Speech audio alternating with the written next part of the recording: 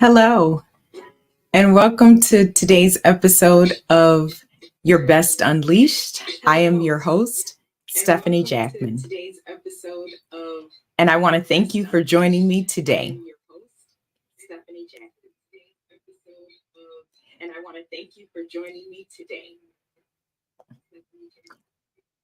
With today's episode of Your Best Unleashed, we are going to be discussing the building blocks of children and adolescent resiliency. Now, if you did not join us on our last episode of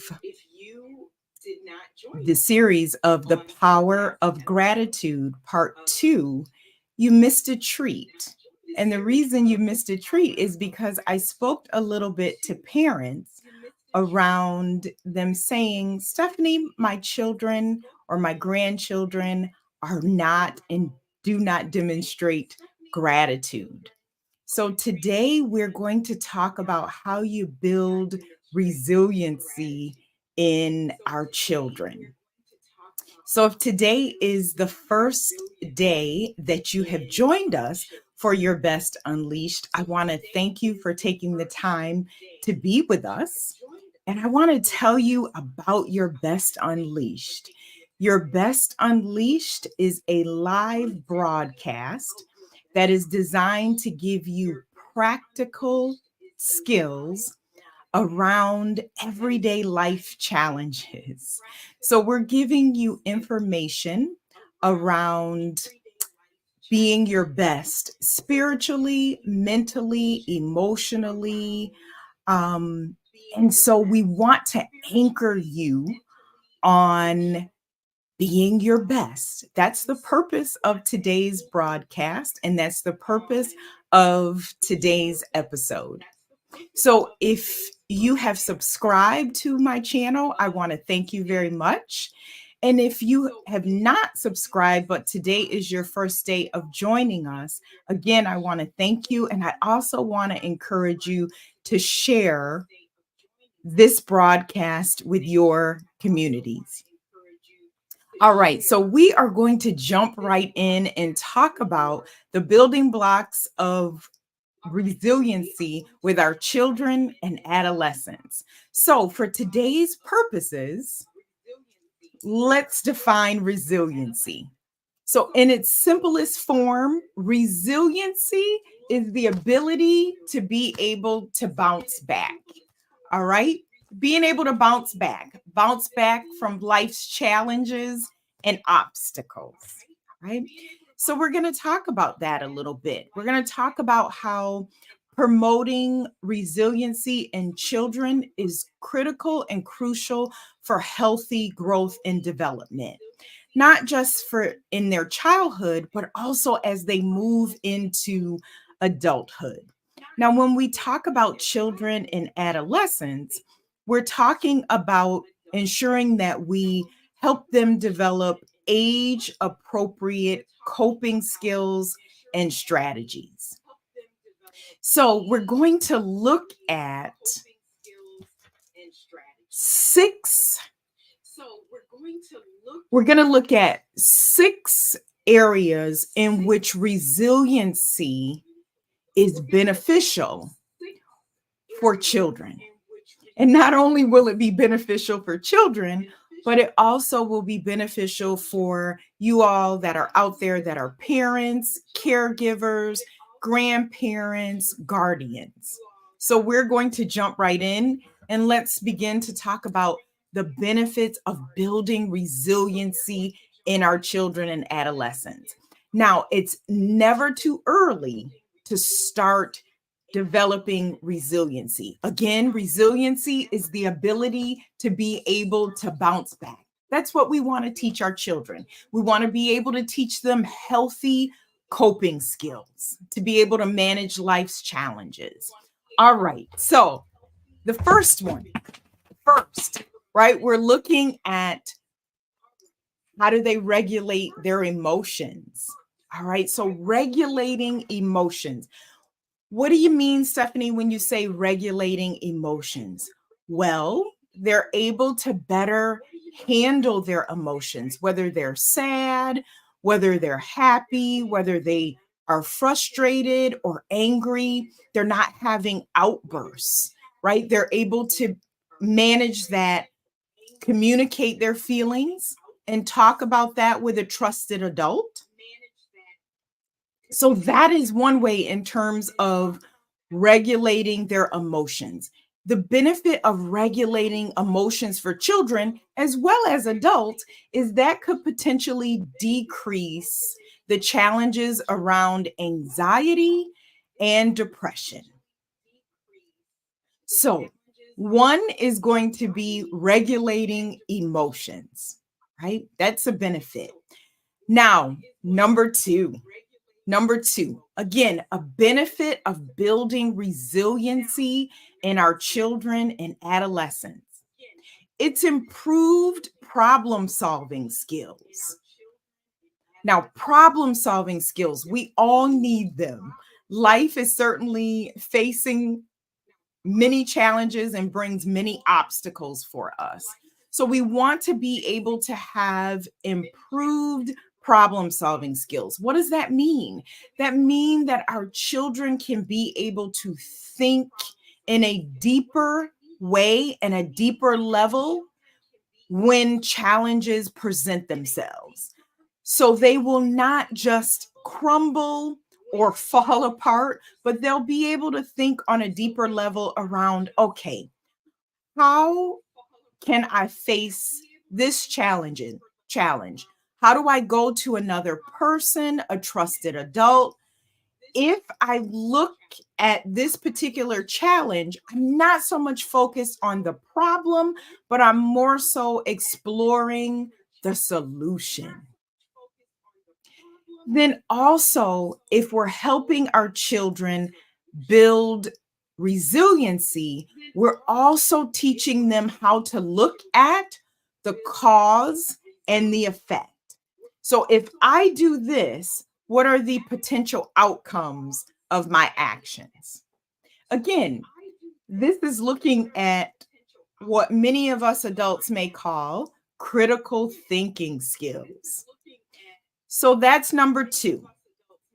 All right. Number three, how do we enhance our children and adolescents' social skills? Social skills, we all need them. That's how we cultivate interpersonal relationships. That's how we cultivate friendships. That's how we foster relationships. All right. So, helping children be more resilient is being able to help them have better social skills. They can build and maintain positive relationships. They are able to communicate more effectively with each other, whether it's peer to peer, whether it's with their parents or teachers. And then also, they're able to resolve conflict. And resolving that conflict independently is really, really key. So, we're looking to be able to help our children have age appropriate social interactions. They can create and have healthy attachments with people, with their parents, with trusted loved ones, and their friends. And they're also able to play with their friends. And they're also able to learn how to share and also have healthy relationships around being able to separate from their caregiver and their loved one and then come back together.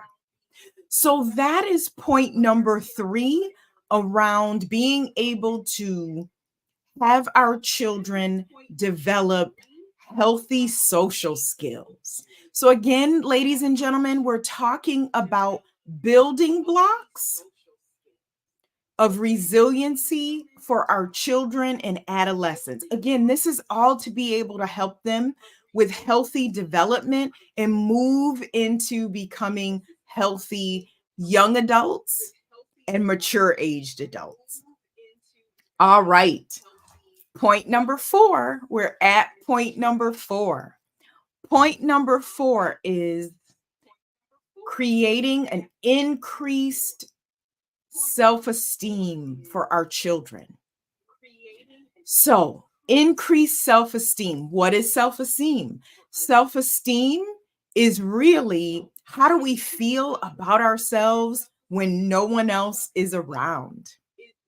So, we're looking at boosting our children's confidence and boosting their self esteem so that they can believe that they can overcome any obstacle, any challenge, any trial or tribulation. Now, I know some of you all are saying out there as parents and guardians, but there's some things out there that I need to protect my child or my grandchild from. That is very true. That's absolutely true.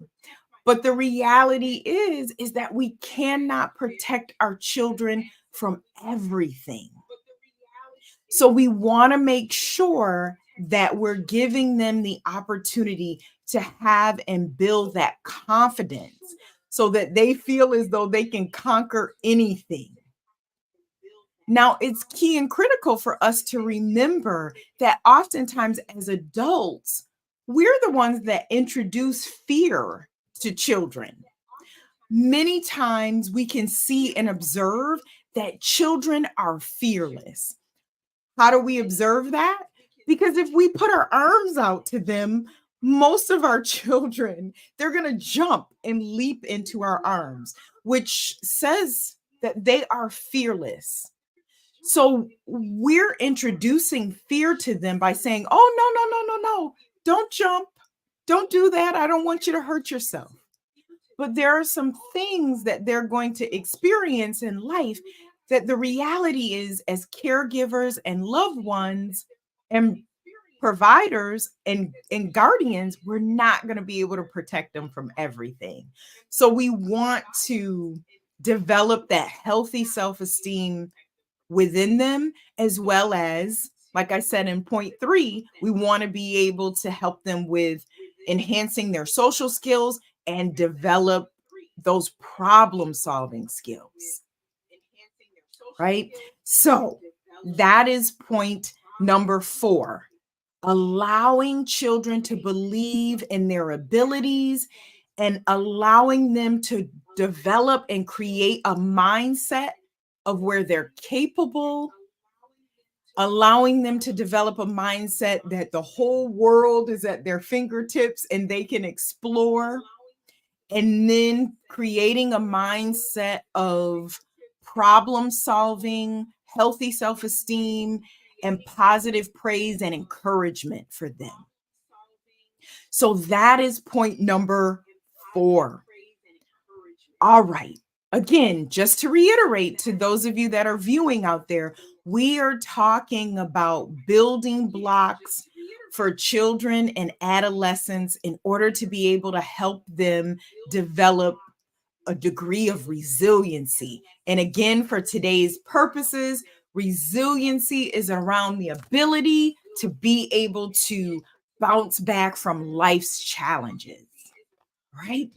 So now we are at point number 5. Point number 5. All right. Point number 5 is developing healthy risk taking. Healthy risk taking. Let's talk about risk taking, ladies and gentlemen. So, resilient children are more willing to take healthy risks, which is essential for learning and growing. That is key and critical. We have to be willing to take healthy risks, even as adults. Otherwise, we will stay stagnant. That allows us to step outside of our comfort zone. So, we want to be able to help our children to develop healthy risk taking. Again, as I spoke about before, little children, they're fearless, and we want to continue to cultivate that with them. We don't want them to be fearful. We want them to be able to have skills to understand that change is inevitable and challenges will happen. But how can I face the challenge head on as opposed to cowering in fear? That's how we help children to develop healthy risk taking habits. All right. Now, as we move forward, lastly, I promised you that we were going to give you 6 tips around the benefits of promoting and helping our children and adolescents develop the building blocks for resiliency. Well, believe it or not, we are at the 6th benefit.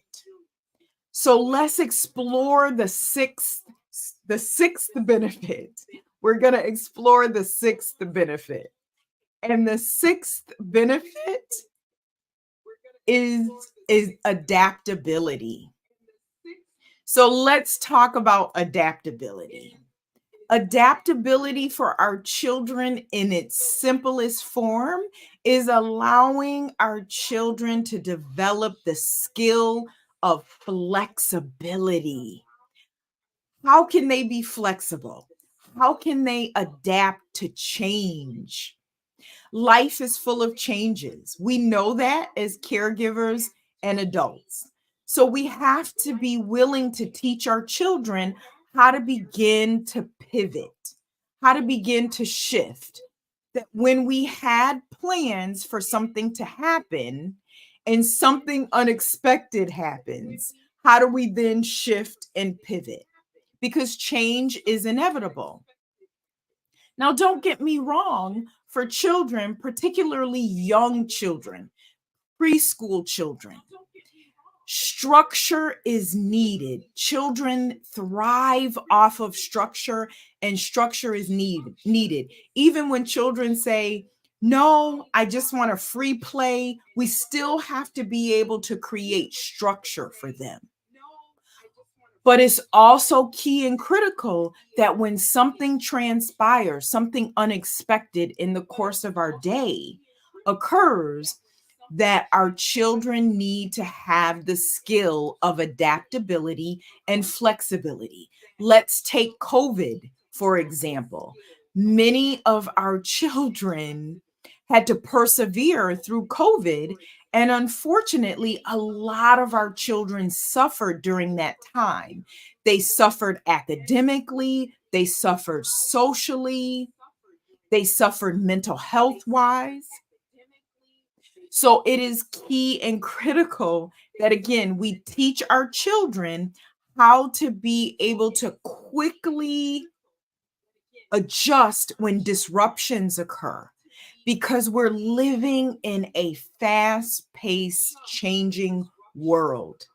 And oftentimes, as I've said in previous episodes of Your Best Unleashed, the reality is that we really don't have control over anything. We can plan, but we don't have control over anything.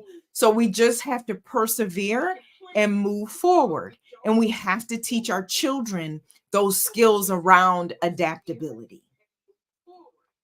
So those are our 6 benefits to teaching our children building blocks of resiliency in children and adolescents. Now, again, as we wrap up and close for today's episode, promoting resiliency helps children to be able to cope with everyday trials and tribulations in life. If we can teach them as children how to be flexible and adaptable, we can then move and transfer those skills into adulthood. This allows our children to be healthier and happier and more successful as they move into those various stages of growth and development. As we know, some of the key and critical years of growth and development is middle school, is high school. So, how do we help them even in those early years to build those resiliency skills? And we're going to talk more about that. Now, this was episode 1 of a 2-part series in building blocks of resiliency in children and adolescents. So for today's episode, I gave you 6 benefits to building resiliency for children. In part 2, which you have to tune into, we are going to talk about practical skills and practical tips in terms of how do you do that. So many of you may be saying, okay, Stephanie, this was great. I now have the benefits, but now I need to hear from you around how do I do that? Give me tips, give me advice for my children, for my grandchildren, for my students as educators out there. How do I do that? Well, I need you to tune in to part 2 of building blocks of resiliency in children and adolescents. That's where I'm going to give you the practical skills and the practical tips and the application of how you do that. That is going to be key and critical. So again, I want to thank you for joining me for today's episode of Your Best Unleashed.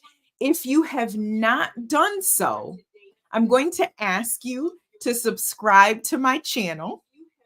I'm also going to ask you to make sure that you hit the notification bell so that you'll know when I'm on live.